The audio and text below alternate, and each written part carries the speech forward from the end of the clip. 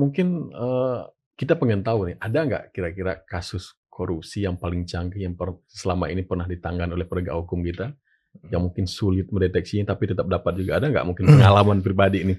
Mungkin saya nggak bisa menyebut itu ya. Nggak usah sebut nama, mungkin kasusnya ya. aja. Bukan kasus, jadi modus ya. Modus. Jadi ada yang namanya itu modus pencucian uang dengan menggunakan instrumen yang namanya hawala. Apa itu? Hawala itu dari bahasa Arab ya. Hawala itu tirai. Tirai. Jadi Kenapa kok pakai bahasa Arab? Apakah langsung halal bagaimana? Itu memang dalam sejarahnya itu teknik itu digunakan oleh teroris dulu. Teroris. Bagaimana dia mentransfer uang ke luar negeri tanpa uang itu berpindah.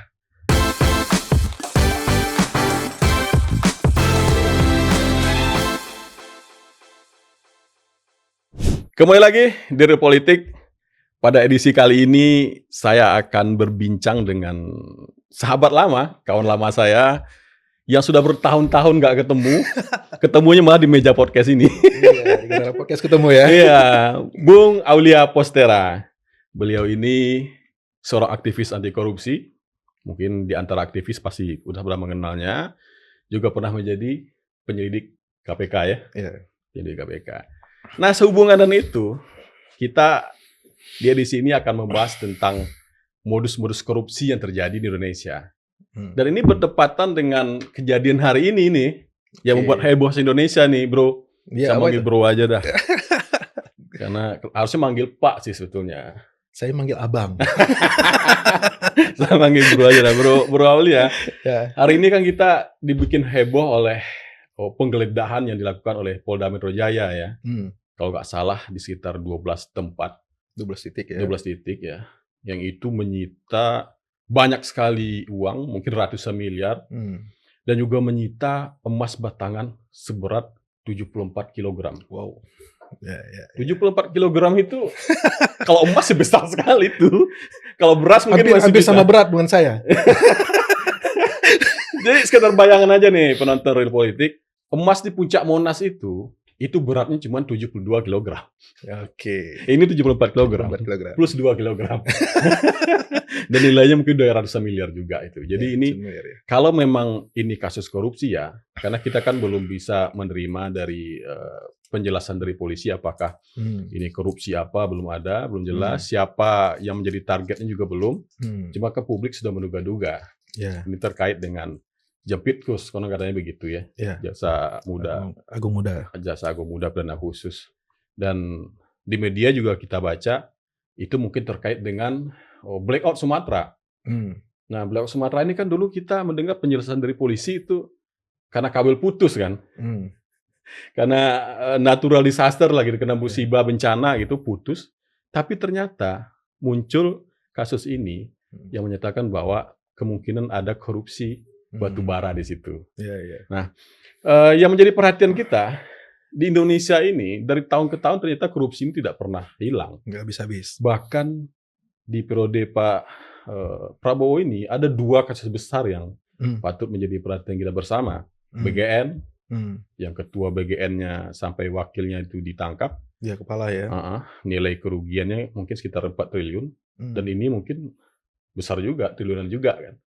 Nah, yang kita ingin tahu ini, bro, sebenarnya modus-modus korupsi pejabat kita tuh gimana sih? Ya kan? Oke. Secanggih apa sih sebetulnya sehingga mereka itu tidak pernah ngerasa kapok dan apa sebabnya mereka tidak bisa kapok gitu.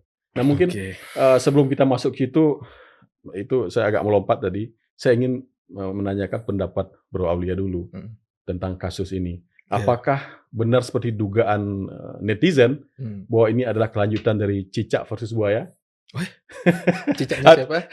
Nggak tahu ini mungkin buaya versus komodo atau apa gitu kan. Pertarungan antara 2 lembaga penegak hukum. Nah, ini kan ngeri nih. Apakah benar ada arah ke situ atau memang ini sebuah penegakan hukum yang benar-benar murni penegakan hukum aja? Gimana penilaian Bung Aulia? Ya, terima kasih Bang Benny, ini sobat lama kita nih.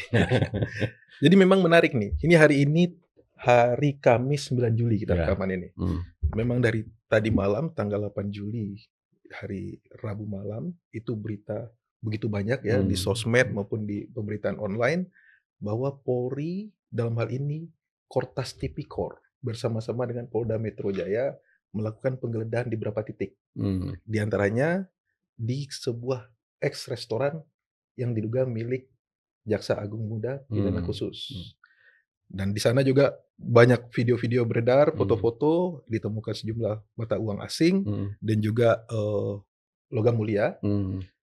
Dan yang menarik adalah sebelum penggeledahan itu sebenarnya kalau kita mengikuti pemberitaan di awal minggu ini Polri itu sempat melakukan konferensi pers bahwa Polri sedang melakukan penyidikan terkait dengan dugaan tindak pidana korupsi terkait dengan blackout Sumatera. Oh, sebelumnya udah ada ya berarti? Ada konversinya. Jadi sebelum penggeledahan itu.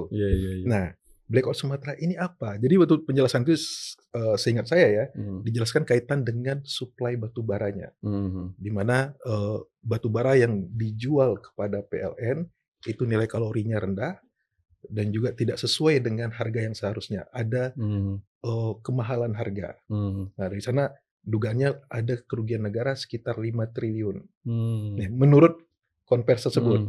Nah, kemarin pada saat penggeledahan itu juga ada doorstop ya saya lihat ya.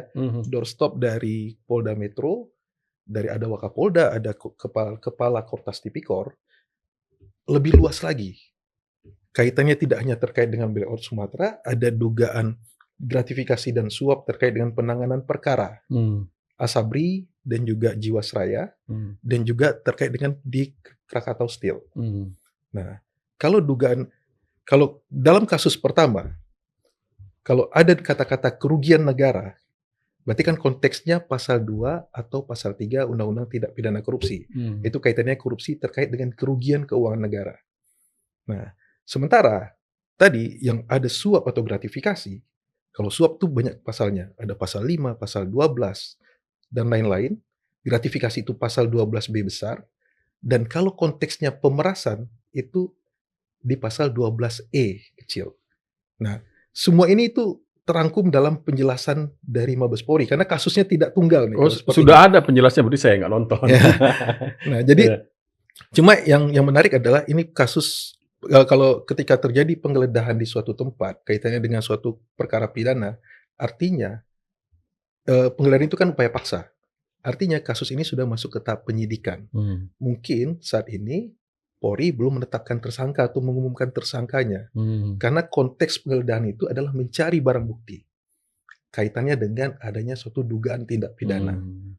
Nah, jadi itu tuh konteksnya. Tapi saya sangat terlepas pro kontra kasus ini, kita melihat di sosial media ada keributan, begitupun di lapangan ya, ada aparat bersenjata. Ada drama-drama lah ya. Ada drama-drama. Tapi kita harus dudukkan perkara ini pada konteks hukumnya.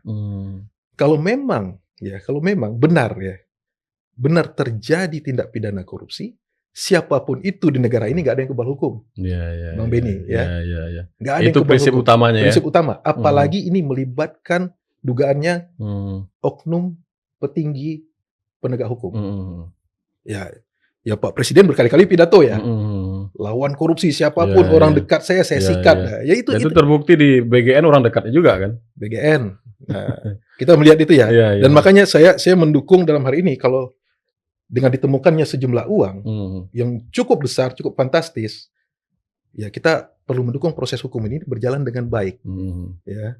Terlepas ini perdebatan politik itu nggak akan selesai, kita dudukkan pada konteks hukumnya. Konspirasi pasti akan terus berkembang, apalagi di netizen ya. Nah, mungkin sebelum kita masuk ke modus yang korupsi yang ingin kita dengar bersama-sama dari Guru Aulia, itu di kasus batubara itu menarik tuh menurut saya. Kenapa kok bisa tiba-tiba ada korupsi ya? Karena saya pernah dengar dari abang-abangan kita juga yang jadi komisaris, jadi komisaris di salah satu. Dia mengatakan bahwa blackout itu terjadi atau pemadaman bergilir itu karena kurang pasokan batu bara. Karena mungkin ya ketika kemarin itu geopolitik lagi hangat-hangatnya itu, harga batu bara di luar itu lebih tinggi daripada harga yang menjadi komitmen mereka untuk masuk ke PLN. Sehingga mungkin mereka memilih untuk menjual keluar dengan untungan lebih banyak. Itu mungkin nggak gitu-gitu? Atau di mana sih celah korupsinya di situ gitu? Ya. Kaitannya dengan suplai batu bara untuk pembangkit ya. Jadi gini Bang Benny, jadi kita ini mayoritas pembangkit kita masih PLTU ya. Pembangkit listrik tenaga uap. Yang itu di mana bahan bakunya adalah batu bara. Dan mostly kebutuhan batu bara itu disupport oleh para produsen-produsen batu bara yang ada di Indonesia. Kita kan salah satu negara produsen batu bara terbesar ya. Dan PLN itu berkontrak dengan banyak perusahaan produsen batu bara tersebut. Ya kontrak kan nggak mungkin. Dia kan bukan beli satuan, jadi kan ada itu waktu. Di kontraknya setahu saya itu kewajiban untuk memenuhi kebutuhan dalam negeri dulu kan? Ada DMO, Domestic Market Obligation. Ya. Jadi kebutuhannya itu dia harus penuhi dulu kebutuhan dalam negeri, baru dia bisa ekspor. Nah memang tantangannya, ini mirip batu bara, mirip dengan sawit atau produk turunan CPO lainnya. Karena memang dua komoditas ini, batu bara dan sawit, itu kan menjadi primadona di luar negeri. Harganya menggiurkan. Nah, si produsen tentu lebih cenderung ingin dapat keuntungan sebesar-besarnya. Makanya diduga dari kalau pernyataan tadi, saya meyakini itu ada benarnya. Kalau saya sebagai produsen batu bara, saya akan mending saya jual ke luar daripada saya ke dalam. Keuntungannya lebih tinggi ya. Nah, di sanalah pentingnya peran negara. Negara selaku pengawas, selaku regulator mengawasi itu. Karena kan untuk apa kita punya sumber daya alam yang begitu banyak ya? Ya kita pasal 33 ya, Pak Prabowo selalu dalam pidatonya pasal 33.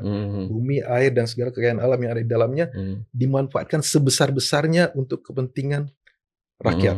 Nah, itu poinnya di sana, pentingnya DMO itu. Minyak goreng, batu bara harusnya dioptimalkan untuk kebutuhan dalam negeri. Nah, dari sana itu memang ada banyak lembaga pengawas, ya. Ada Kementerian SDM yang mengawasi komoditasnya sendiri. Ada Kementerian Keuangan, ada bea cukai di sana yang ngawasin di border. Ada banyak nih. Ada badan ekspor sekarang kan? Ya, ada badan ekspor yang DSI itu ya, antara sumber daya Indonesia. Nah, kalau kita bicara tata kelola, ini yang harus didudukkan. Inilah gunanya negara mendudukkan ini. Jangan sampai, kan lucu ya, dulu 2022 kita sempat kelangkaan minyak goreng. Padahal kita produsen ya. Kita produsen terbesar di dunia. Jangan sampai terjadi biarpet lampu listrik mati karena pembangkit kita kekurangan batu bara. Nah, belum lagi soal bagaimana banyak peran dalam tata kelola batu bara ini. Karena untuk ekspor itu butuh surveyor untuk mengukur jenis dan jumlahnya, memastikan jenis dan jumlahnya. Kualitasnya juga ya. Kualitas kalori segala macam. Itulah. Jadi ini bukan hal yang sederhana. Nah, pintu korupnya di mana itu? Kalau memang ada korupsi di situ? Pintu korupsi ada di semua titik itu. Semua titik itu ya. Dari DMO-nya tadi. Memastikan bahwa DMO itu berjalan baik. Dipenuhinya kebutuhan dalam negeri terlebih dahulu, baru dia ekspor. Ketika dia ekspor, kan pasti dia ekspor itu kan gak ujuk-ujuk, Bang Benny ya. Kalau saya mau ekspor batu bara, kan gak mungkin tiba-tiba sampai ke Cina. Pasti ada pengangkutan dari site ke pelabuhan, dari pelabuhan. Berarti ya hal yang paling mungkin di situ mungkin modusnya itu suap kali ya, atau gratifikasi. Suap. Supaya ini aman jalannya gitu ya. Untuk mengamankan ekspor tadi. Itu diantaranya. Ada banyak hal lagi, termasuk juga dalam penentuan jenis dan jumlah tadi. Kan negara memastikan, kan ketika dia ekspor muncul kewajiban kepada negara karena dia mendapatkan keuntungan baik dari sektor perpajakan maupun PNBP. Ya, PNBP itu bisa dalam bentuk bea keluar, bisa dalam bea keluar terutama, atau pungutan kalau memang PNBP-nya di Kementerian Kementerian SDM. Nah, jumlah pungutan kewajiban kepada negara itu salah satu dasarnya adalah penetapan jumlah dan jenis oleh surveyor tadi. Jadi ada banyak titik celah korupsinya di pengangkutan, saat ekspornya, bagaimana penerbitan PEB, pemberitahuan ekspor barangnya di bea cukai, ada banyak titik. Dan ini sebenarnya bukan hal yang sulit untuk diawasi, ya, karena kita punya semua lembaga. Tapi kalau ketika banyak pihak di titik-titik ini berkolusi, ya selesai semua. Selesai semua ya. Nah ini apa namanya? Kalau orang awam kan nggak ngerti di situ sebetulnya. Jadi kita saat ini juga pengen ngebahas sebetulnya sih modus korupsi seperti apa sih sebetulnya yang paling banyak dilakukan oleh pejabat-pejabat kita itu? Mungkin dari pengalaman ketika jadi penyidik dulu, mungkin ada kasus-kasus khusus mungkin bisa jadikan contoh. Iya. Yang paling gampang mungkin sampai yang paling ribet, yang muter-muter, yang mungkin makin canggih gitu loh. Kita mungkin penonton Real Project pengen tahu tuh. Modus paling umum korupsi paling banyak di Indonesia itu adalah suap. Suap ya. Ya. Suap itu kan memperdagangkan pengaruh atau kekuasaannya. Ya, dia menerima sesuatu, tujuannya adalah untuk melakukan atau tidak melakukan sesuatu terkait dengan tugas dan kewenangannya. Misalnya, ketika dia seorang pengawas, baik itu di Syah Bandar, baik itu di Bea Cukai, yang harusnya mengawasi proses ekspor tadi, yang harusnya nggak boleh ekspor, dia ekspor. Cukup dengan suap, akhirnya kan mulus jalannya ya. Nah, dia seharusnya melakukan penindakan, tapi tidak dia lakukan karena dia menerima sesuatu. Nah, itu yang paling banyak modus-modus korupsi. Mulai dari jalanan sampai ke dalam kantor ya. Dalam kantor. Nah, begitupun terkait dengan modus lainnya adalah terkait pengadaannya. Ada markup di sana. Harusnya harganya berapa? Harga standarnya banyak sekali itu ya. Itu di markup. Belum lagi kickback terkait pengadaannya. Kickback itu jenisnya suap. Ya kayak cashback gitu ya. Cashback. Jadi sudah jadi transaksi sebagai terima kasih dikasih lagi uang. Itu masuk korupsi itu ya? Korupsi. Bukan oleh-oleh itu ya? Nggak bisa. Orang Indonesia ini kan banyak rezeki ya. Ungguhnya banyak kan, terima kasih kita telah dibantu. Ini udah selesai kita kasih terima kasih. Itu nggak boleh. Itu termasuk korupsi itu ya? Karena kaitannya dengan tugas dan kewenangannya selaku pegawai negeri atau penyelenggara negara. Nah, memang yang ketika itu menjadi rumit, ketika itu terintegrasi dengan perbuatan tindak pidana pencucian uang. Nah, kalau kita bicara pencucian uang, itu di Undang-Undang Tindak Pidana Pencucian Uang, itu ada beberapa modus pencucian uang, ada beberapa tahapan. Yang pertama itu yang namanya itu placement. Placement itu penempatan. Ya. Lalu ada layering, dia berusaha menyembunyikan. Makanya kalau dalam pencucian uang itu, layering ini banyak nih. Dia pakai nomini, ya, pakai ani-ani, ya, pakai ani-ani padel ya. Tapi agak rasis loh kalau pakai padel. Oh gitu ya. Ani-ani aja. Tapi kita akan masuk nanti ke pencucian uang itu kan menarik sekali juga untuk dibahas. Saya ingin kembali menggali tentang modus operasi korupsi itu.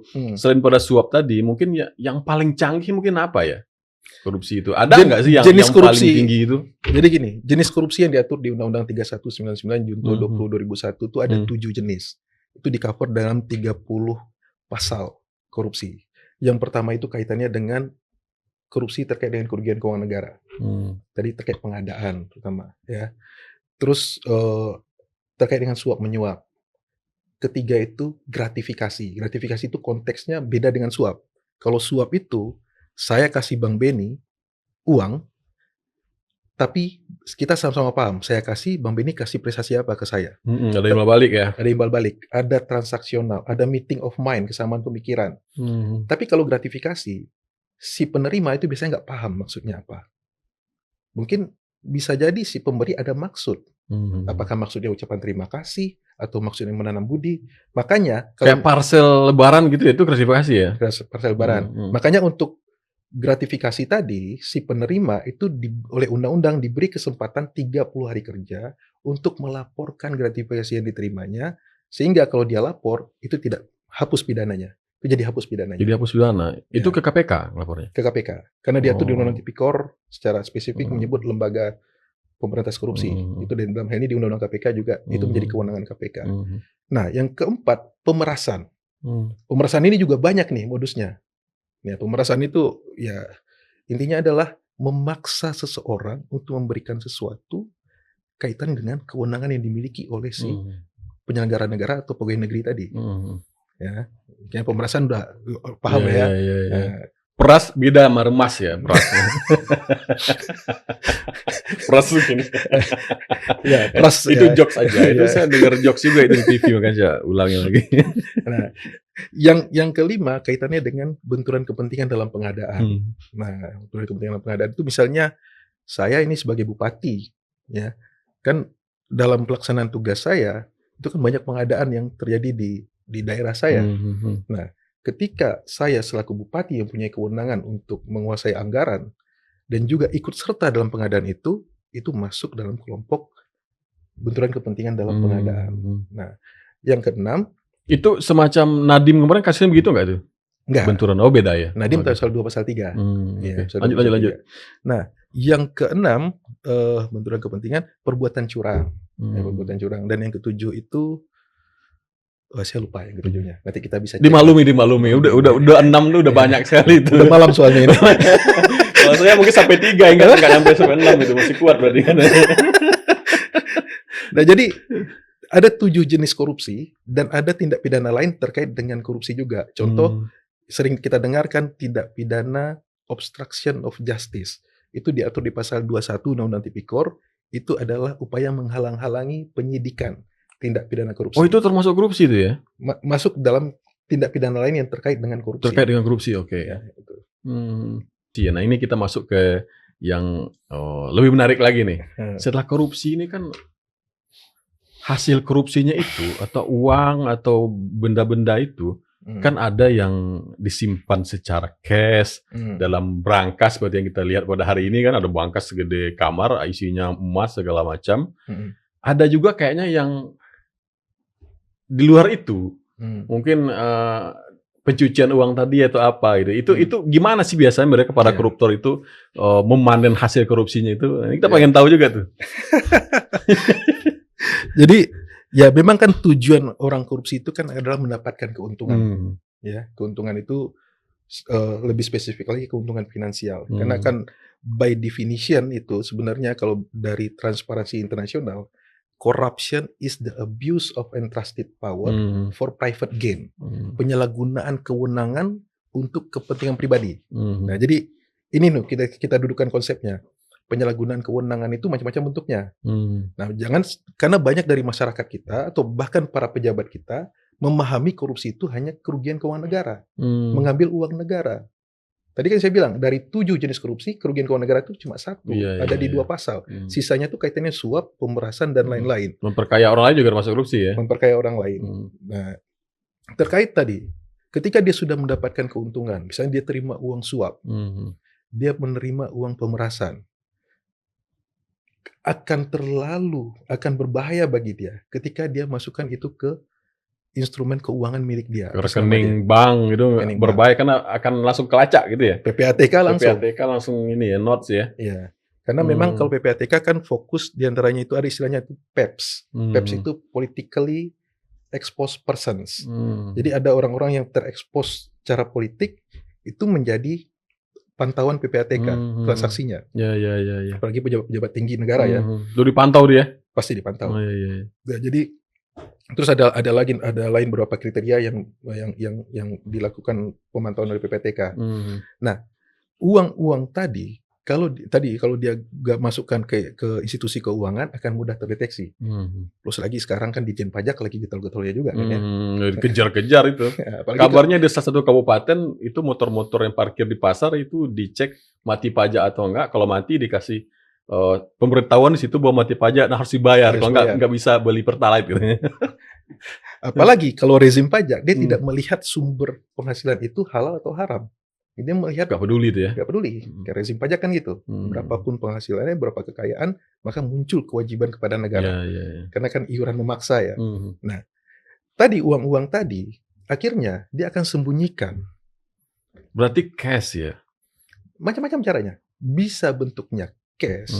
Ya, cash itu kan dia simpan dalam bentuk rupiah, mata uang asing, atau dia konversi ke dalam logam mulia. Yang paling banyak nih. Tadi kasus bea cukai kemarin ya, ada berapa safe house. Kasus yang tadi malam itu juga ada emas 74 kg yang lebih berat dari emas Monas. Nah, bisa juga dia lakukan dengan instrumen keuangan. Instrumen keuangan bisa jadi dia bikin semacam rekayasa transaksi ekspor impor. Dia ada pembayaran uang ke luar negeri, dia integrasikan kepada bank di luar negeri, lalu dari sana dia kombinasikan lagi dengan cryptocurrency, macam-macam. Nah, yang paling aman buat mereka itu sebenarnya apa? Apakah yang menyimpan seperti kayak logam mulia atau tanah itu lebih aman? Karena banyak yang kita temunya begitu.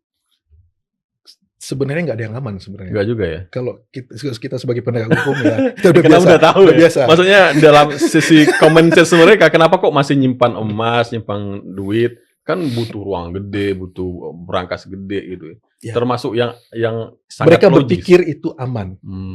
Dia beli properti, bisa jadi kan memang dia merasa aman. Dia pakai nomini, dia pakai KTP orang lain, KTP supirnya, KTP tetangganya, KTP ani-ani, eni apapun itu.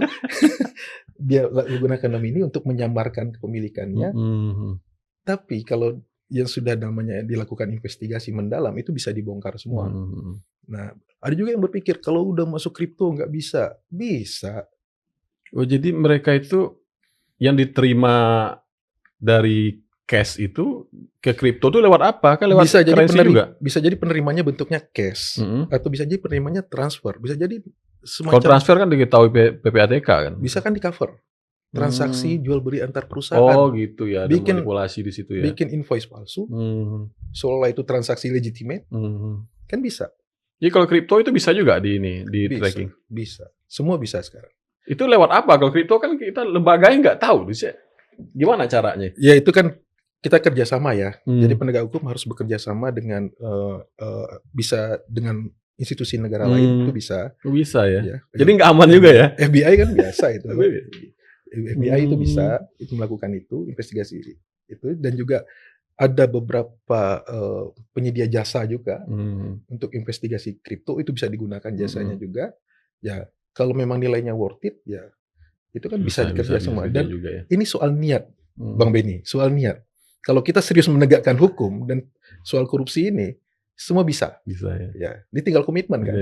Tapi kalau kita hanya memberantas korupsi itu hanya sekedarnya, hanya untuk memenuhi kebutuhan media, kebutuhan pencitraan politik, korupsi di negara ini nggak akan selesai. Ini nggak akan selesai.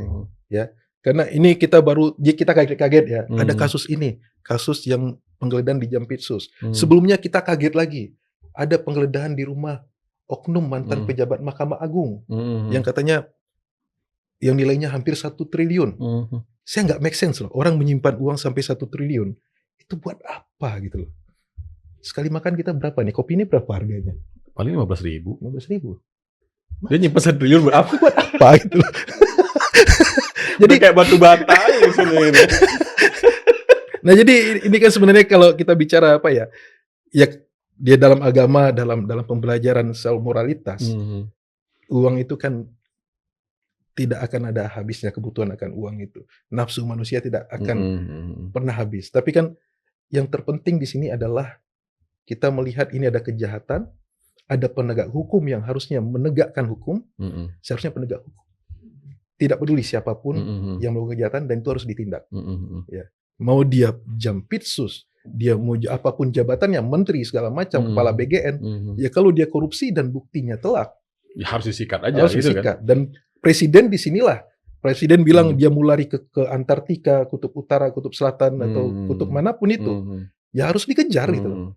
Itulah komitmen yang real, komitmen nyata. Karena kalau kita bicara pemberantasan korupsi Bang Benny, poin utamanya itu adalah tone from the top. Dari atas itu ya. Dari atas. Ya, setuju. Dari presiden. Kalau nggak akan di bawah ya. Ini kayaknya udah mengarah ke ujung pembicaraan. Saya nggak belum mau. Saya mau cepat kali. Udah pesan-pesan moral. Ngopi dulu kita. Ini masih ada pertanyaannya nih. Jangan ke pesan moral dulu. Gini bro. Publik itu kan juga sering mempergunjingkan lah kalau namanya kan tentang orang-orang yang tiba-tiba kaya mendadak, macam-macam tuh, ada yang artis, ada yang orang entah dari mana tiba-tiba kaya raya, punya mobil bagus, punya bus gede, bahkan punya pesawat, yang rasanya secara logika itu tidak mungkin, dan mereka ini diduga, dituduh lah, ini jangan-jangan ini pencucian uang nih. Nah itu bagaimana sih caranya orang-orang itu, koruptor-koruptor atau pihak-pihak yang mendapatkan rezeki secara ilegal itu untuk mencuci uangnya itu supaya bersih? Apakah benar dilakukan dengan cara seperti itu? Tapi kok benar kalau mereka itu mencuci uang, tapi kok show off gitu? Kenapa nggak diam-diam aja gitu? Nah itu agak menjadi sebuah pertanyaan nggak terjawab sampai sekarang gitu loh. Jadi gimana menurut Bro Aulia? Jadi gini, tadi konteks pencucian uang kita ngomong ini ya. Jadi memang dalam pencucian uang itu ada 3 tahapan tadi saya bilang. Ada placement, ada layering, ada integrating. Ya, tahap terakhir ini adalah integrating. Jadi dia akan menggabungkan ke dalam institusi keuangan yang legitimate. Seolah nanti uang itu bersih. Nah, caranya gimana? Bisa jadi dengan bisnis. Makanya kalau dalam pembelajaran pencucian uang ada berapa bisnis yang sering digunakan ya. Nah, apa itu? Sering digunakan untuk pencucian uang. Kalau dulu film Al Capone kan laundry ya. Ya, Al Capone itu ya film The Untouchable ya.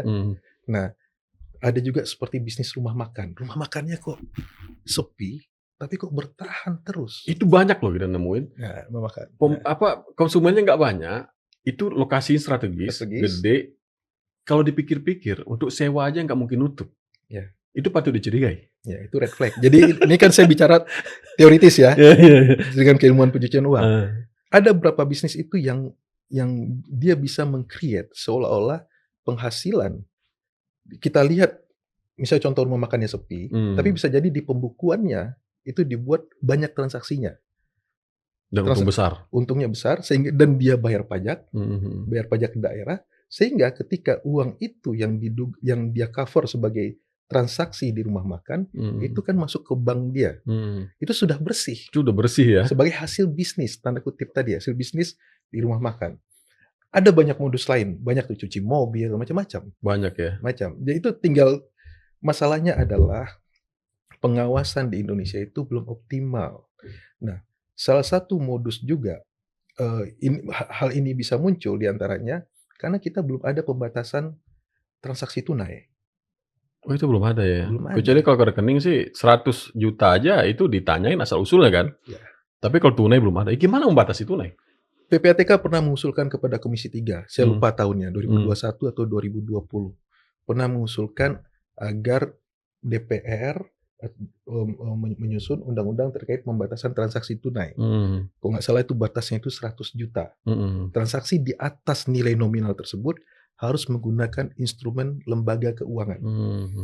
Sebenarnya kalau dengan itu sebenarnya beres nih masalah itu. Orang kan kalau transaksi beli mobil nggak mungkin bawa kresek ya. Iya, apalagi sekarang mobil udah 1 miliar, 5 miliar ya, gimana mau bawa kresek? Tapi banyak kejadiannya. Tapi kira banyak juga ya begitu ya? Banyak, masih bawa koper beli mobil. Nah, itu gimana? Nah, itulah masalahnya. Karena uang cash itu beredar banyak. Dengan itu masuk ke instrumen keuangan yang bisa dideteksi secara elektronik, itu bisa dideteksi dengan cepat. Nah, memang hal ini sedikit sensitif mungkin bagi para politisi ya. Bagi politisi itu suatu ancaman. Karena dalam kontestasi politik itu butuh uang tunai. Nggak mungkin gesek ATM terus ya, tahuan. Ini kita nggak ngomong money politik ya, kita ngomong dalam kampanye saja. Juga ke situ pasti ujung-ujungnya. Ujung-ujungnya ke sana juga. Nah, jadi makanya dengan ditambah dengan modus itu beralih ke mata uang asing sekarang. Karena kalau bawa rupiah kan kebanyakan. Saltable. Nah, apalagi nilai rupiah kita makin hancur ya, 18.000 sekarang. Ya 18.000 itu cuma $1. Apalagi ada yang lembar 100. Nah, ada lembar $100 kan. $100 kan berarti nilainya sekarang 1,8 juta. Iya. Ya. Dengan uang dolar, uang euro, dolar Singapura kan masih ada 1.000. Itu kan lebih mudah dia transaksi. Iya. Nah, harusnya itu diawasi gitu loh. Tapi emang bisa ya diawasi itu ya? Ya dengan regulasi dong. Regulasi ya. Regulasinya tadi pembatasan uang kartal, sehingga di money changer pun itu pasti tercatat dan wajib dilaporkan. Jadi jangan merasa aman ya, menukar uang di money changer terus tidak terdeteksi. Money changer itu wajib lapor PPATK. Sekarang itu wajib lapor ya? Wajib lapor. Makanya dalam beberapa kasus dia pakai nomini. Nah, nomini itu maksudnya? Nomini ya dia pakai KTP-nya untuk nukar duit itu dia pakai KTP supir, KTP siapa. Iya. Kalau korupsi itu Bang Ben, di mana ada niat di situ ada jalan. Sama aja kayak rezeki berarti. Rezeki kan gitu, di mana ada niat, ada kemauan, ada jalan kan. Nah, masalahnya sebenarnya kalau kita bicara law enforcement, dia ada niat, dia ada instrumen apapun, kalau penegak hukum itu bekerja dengan benar, orang takut, orang nggak akan berani. Contohnya kalau banyak transaksi seperti itu semuanya ditindak tanpa pandang bulu ya, tanpa melihat ini backing politiknya siapa, semua takut gitu. Makanya penting di sini bagaimana penegak hukum ini dikuatkan, dan penegak hukum ini juga jangan sampai korupsi juga. Ya, Nah, itu. ini kan kayak sekarang nih. Pagar makan tanaman itu. Nah, bicara pemberantasan korupsi terlibat dalam kasus korupsi, ini kan paradoks. Makanya ini menurut saya ini sebuah gempa besar ya dalam ironis sekali. Ironis sekali. Gila ya. Mungkin kita pengen tahu nih, ada nggak kira-kira kasus korupsi yang paling canggih yang selama ini pernah ditangani oleh penegak hukum kita, yang mungkin sulit mendeteksinya tapi tetap dapat juga, ada nggak mungkin pengalaman pribadi ini? Mungkin saya nggak bisa menyebut itu ya. Nggak usah sebut nama, mungkin kasusnya ya. aja. Bukan kasus, jadi modus ya. Modus. Jadi ada yang namanya itu modus pencucian uang dengan menggunakan instrumen yang namanya hawala. Apa itu? Hawala itu dari bahasa Arab ya. Hawala itu tirai. Jadi kenapa kok pakai bahasa Arab? Apakah langsung halal bagaimana? Itu memang dalam sejarahnya itu teknik itu digunakan oleh teroris dulu. Teroris. Bagaimana dia mentransfer uang ke luar negeri tanpa uang itu berpindah. Transfer uang ke luar negeri tanpa uang itu berpindah. Saya gini, Bang Benny di Singapura, saya di Indonesia. Saya mau kirim uang kejahatan ini, uang kejahatan ke Bang Benny. Caranya kan ada beberapa cara. Yang paling mudah transfer bank, antar bank. Yang kedua cash, tapi nggak mungkin kan. Kalau saya mau ngasih duit 100 miliar ke Bang Benny, sementara 100 juta aja harus declare kalau kita naik pesawat. Betul. Caranya apa? Seolah-olah kita membuat invoice. Ya, saya cari lawan transaksi di sini. Kalau kita ekspor, berarti kan kita menerima uang masuk. Tapi kalau kita impor, kita kan ada uang belanja keluar.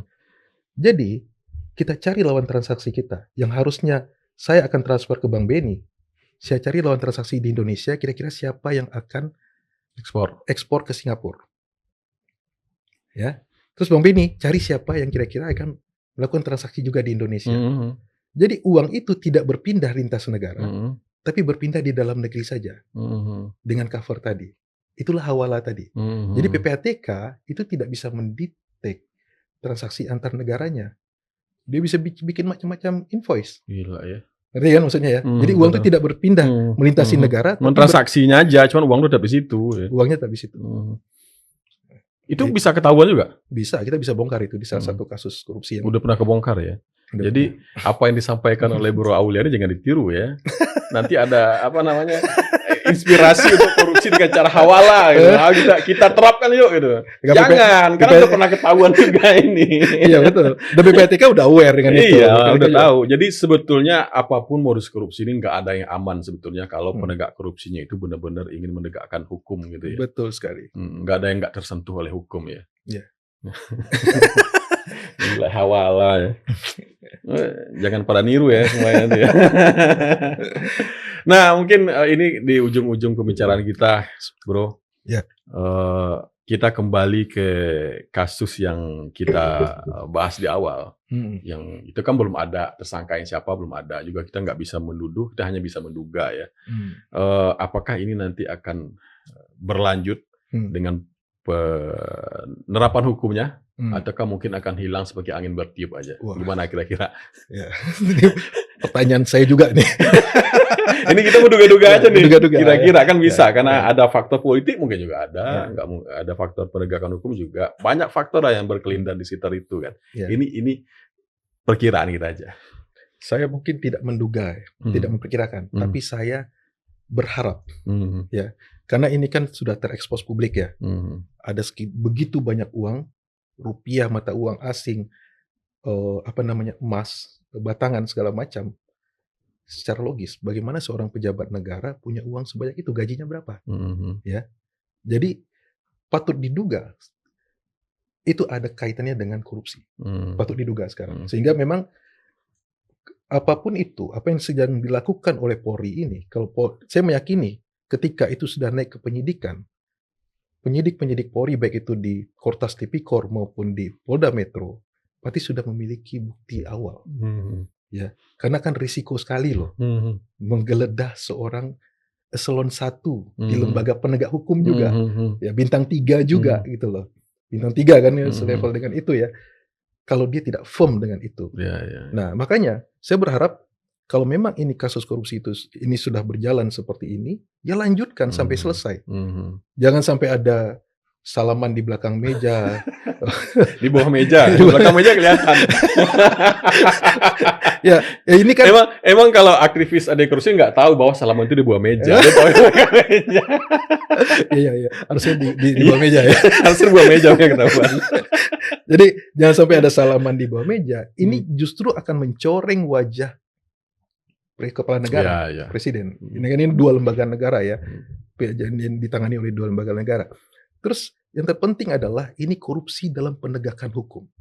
Kita bicara banyak hal, ekonomi, segala macam. Tapi sebenarnya tulang punggung negara itu ada dalam penegakan hukum.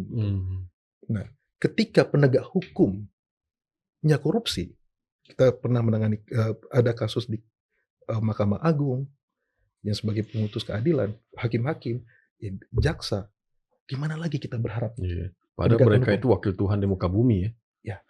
Nah, makanya ini penting ya. Ini harus dituntaskan. Saya berharap ya gangguan-gangguan dalam penegakan hukum itu biasa. Ya KPK di masa lalu mengalami banyak hal. Ya tapi selama komitmennya jelas untuk ini tindak pidana korupsi dan memang jelas ada tindak pidana korupsinya, ini harus dituntaskan sampai habis. Kita minum dulu. Ya memang ini memang mengagetkan banyak orang. Tapi bagi beberapa orang juga tidak mengagetkan. Jadi beberapa orang sudah banyak pembicaraan di belakang. Ya. Nah makanya hukum inilah yang harus membuktikan. Proses hukum ini. Kita ngelihatnya dari sisi hukum ya. Jadi jangan dibenturkan juga antara penegak hukum, janganlah ya. Betul-betul. Polri versus jaksa, Polri versus TNI, ya itu nggak bijak lah. Ya, nggak selesai. Dan kita berharap kalau memang ada kesalahan ya harus ditegakkan hukum. Gitu. Dan di sini sebenarnya Bang Ben, di sini adalah peran kepala negara dan juga Pak Presiden sebagai kepala negara ya. Karena beliau sebagai kepala negara komitmennya terlihat dari bagaimana akhir dari kasus ini. Ya. Nah, ini kan ujian kredibilitas beliau juga. Ya. Benar sekali ya disampaikan Bro Aulia. Sebenarnya ini sudah di tahap yang eselon 1 lah ya penegak hukum, mau nggak mau harus di atas itulah yang harus memantau kondisi itu ya. Saya kira sudah cukup banyak juga ya kita bahas tentang seluk-beluk korupsi ini, dan ini sebetulnya hal yang harus dipahami oleh penonton Real Politik. Tapi jangan sampai yang tadi modus-modusnya itu direplikasi, jangan ditiru. Yang harus dipahami bahwa semua modus itu pasti akan diketahui oleh penegak hukum. Itu yang penting harus diketahui oleh kita semua. Dan kita berharap mudah-mudahan korupsi ini akan terus diperangi lah ya. Jangan ada hengki-pengki, jangan ada saling-saling melindungi. Kalau ada yang korup ya disikat aja. Itu yang kita harapkan. Semoga di Republik ini nanti akan lebih baik, bebas dari korupsi mungkin tidak, tapi ditekan seminimal mungkin. Amin. Terima kasih. Siap, Bro. Siap, Bang. Kapan-kapan kita ngobrol lagi di sini ya. Oke. Sampai jumpa di episode selanjutnya.